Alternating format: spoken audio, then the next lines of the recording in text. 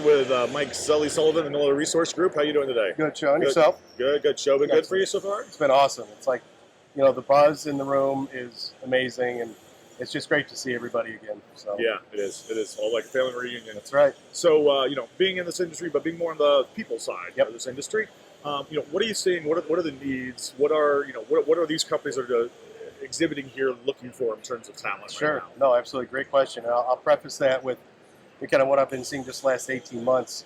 75% plus of the positions that we filled or that we're working on didn't exist before. So pre-COVID, it was just kind of the standard offerings, but now people are, kind of forced to automate. So that's opening up new opportunities for salespeople to go out and win business. It's opening up opportunities then for engineers then to deliver on the back end of those projects. Right. And specifically with the engineers, if they can have a nice mechatronic background, that's really what people are looking for right now. Okay. All right. That's great.